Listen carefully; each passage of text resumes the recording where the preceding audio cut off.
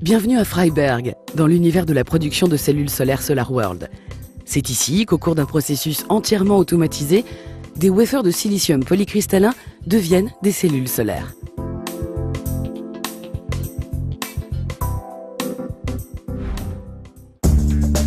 Une fois contrôlés et nettoyés, nos wafers de silicium intègrent le processus de production des cellules. Ils sont ensuite soumis dans des conditions de salle blanche à des bains de nettoyage au cours desquels seront éliminés les derniers résidus générés par le sciage à fil. Par ailleurs, différents produits chimiques sont également utilisés pour attaquer les surfaces des wafers, une étape de fabrication que les experts appellent la texturisation. Un agrandissement du wafer au 10 millième nous montre comment se modifie la structure en surface. Il est possible de reconnaître d'innombrables creux et bosses qui confèrent à la future cellule solaire une surface plus importante et qui permettent de réduire les réflexions de la lumière non souhaitée. La cellule peut donc absorber plus de lumière solaire et produire plus d'énergie électrique. Mais avant d'en arriver là, nos wafers doivent encore parcourir de nombreuses étapes. La plus importante est peut-être la suivante, la diffusion du phosphore.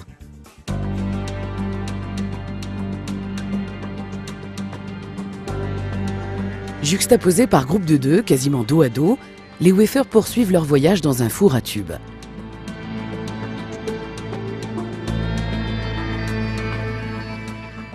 C'est ici que les wafers sont enveloppés par du gaz phosphorique à une température dépassant les 800 degrés Celsius. Le gaz peut se manifester à la surface libre des wafers.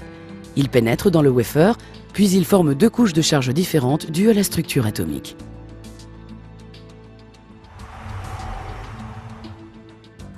Le matériau de base est le silicium, qui a été déjà préalablement mélangé avec des atomes de bore pendant la cristallisation. Pourquoi le bore? Parce qu'il possède 3 électrons externes, soit un de moins que le silicium. C'est dans ces conditions qu'un trou chargé positivement se forme dans la liaison atomique. Passons maintenant aux atomes de phosphore diffusés dans le silicium. Ils possèdent 5 électrons externes et donc un électron chargé négativement de plus que le silicium. Conséquence, les deux porteurs de charges différents, les électrons négatifs et les trous positifs, sont à la recherche d'une liaison équipotentielle selon l'adage disant que les contraires s'attirent.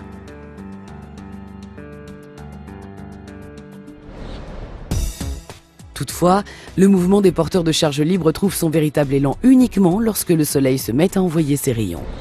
Grâce à leur énergie, les photons arrachent entre guillemets une grande quantité de porteurs de charge de leur liaison.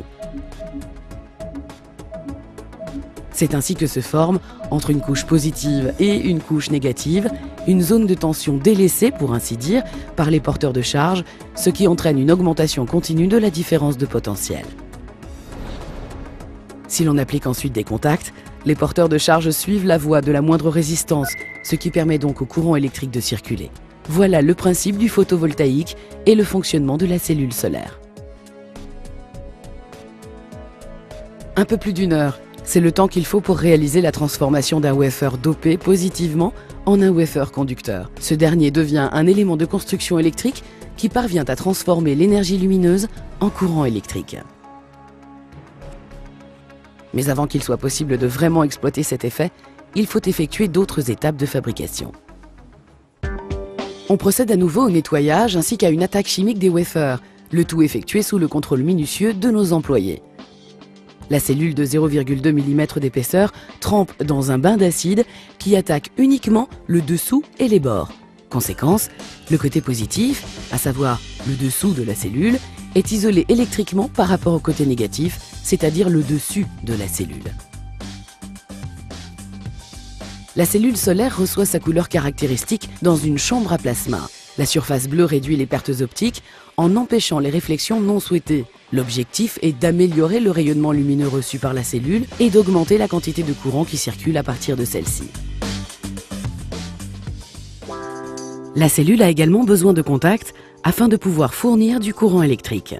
Pour ce faire, les machines de sérigraphie appliquent d'abord une surface de contact avec des bandes de soudage sur la face arrière, avant d'en faire de même avec les doigts de contact fins sur la face avant.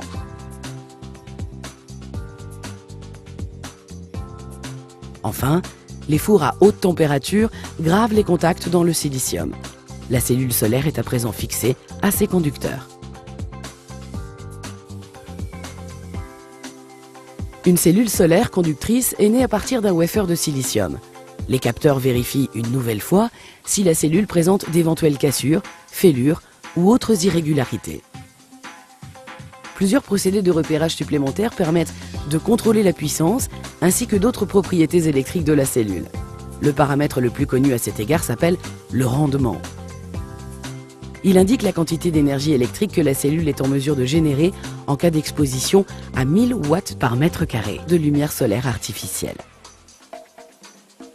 En fonction du résultat obtenu à partir des tests, la personne en charge du classement trie les cellules jusqu'en 32 catégories de qualité différentes.